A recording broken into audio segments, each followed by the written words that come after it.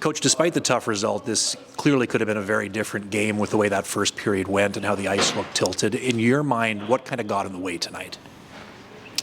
Well, the goalie played extremely well, but in saying that, we didn't have enough traffic in his eyes. He saw a lot of those pucks in the first period, but again, great first, and the inability to follow it up and then not follow it up, be able to rebound and collect ourselves and play a better third. So 20 minutes isn't enough in a 60-minute game. You've had a lot of games against Syracuse so far. Obviously, some have been great, some have been ones where lessons have been learned. What are you learning about the way these two teams maybe match up with each other, too?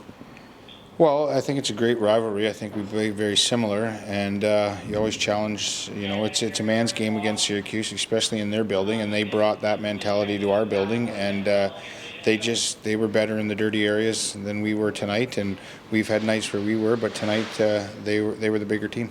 Especially in that first when you guys were generating good chances. How much of a difference does a guy like Zach Ostapchuk being back in the lineup make, especially just to give you some of that depth given how many injuries this team's had too?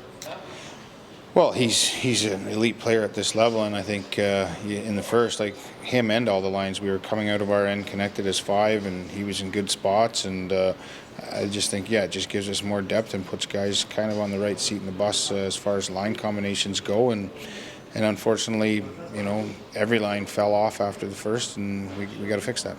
Heading into Toronto this weekend, what are your thoughts on what's kind of top of the agenda over these next few days to make sure you got your best foot forward against the Marlies?